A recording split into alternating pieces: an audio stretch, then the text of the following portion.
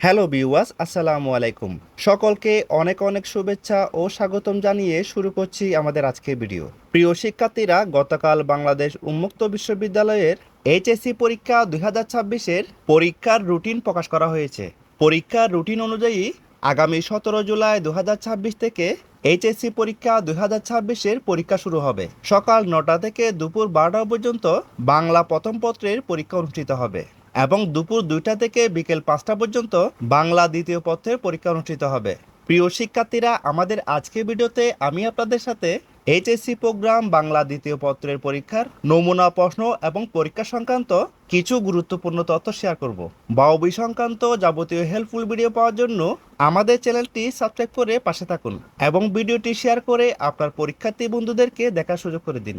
So প্রিয় শিক্ষার্থীরা, চলুন তাহলে ভিডিওটি শুরু করা যাক। এইচএসসি পরীক্ষা বাংলা দ্বিতীয় পত্র, যার বিষয়কোড হচ্ছে 2851। পরীক্ষার প্রশ্নপত্রে ব্যাকরণে মোট 6টি প্রশ্ন থাকবে এবং প্রতিটি প্রশ্নের একটি করে বিকল্প প্রশ্ন থাকবে। প্রতিটি প্রশ্নের পূর্ণমান 5 নাম্বার করে 6টি প্রশ্নের উত্তরের জন্য সর্বমোট 30 নাম্বার দেওয়া হবে।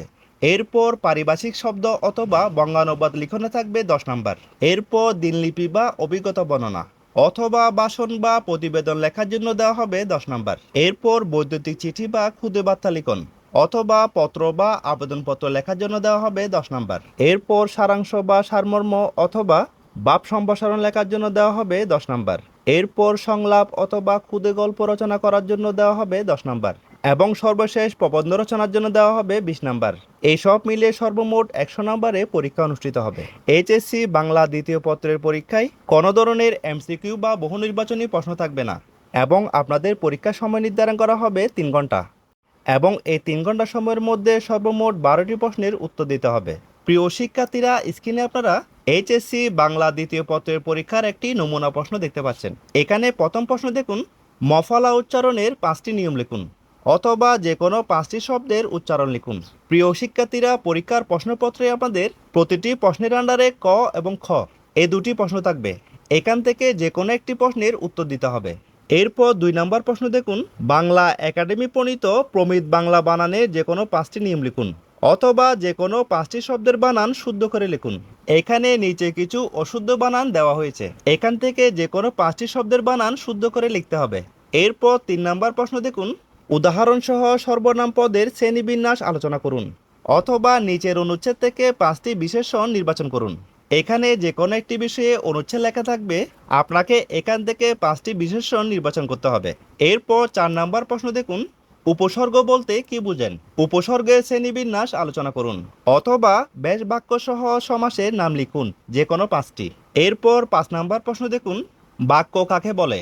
একটি সার্থক বাক্যের বৈশিষ্ট্য আলোচনা করুন অথবা বাক্যান্তর করুন যে কোনো 5টি।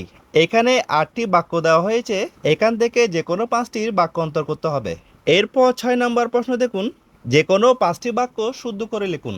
এখানে মোট 8টি বাক্য দেওয়া আছে, এখান থেকে যে কোনো 5টি বাক্য শুদ্ধ করে লিখতে হবে অথবা এখানে একটি অশুদ্ধভাবে অনুচ্ছেদ দেওয়া থাকবে, অনুচ্ছেদটি শুদ্ধ করে লিখতে হবে।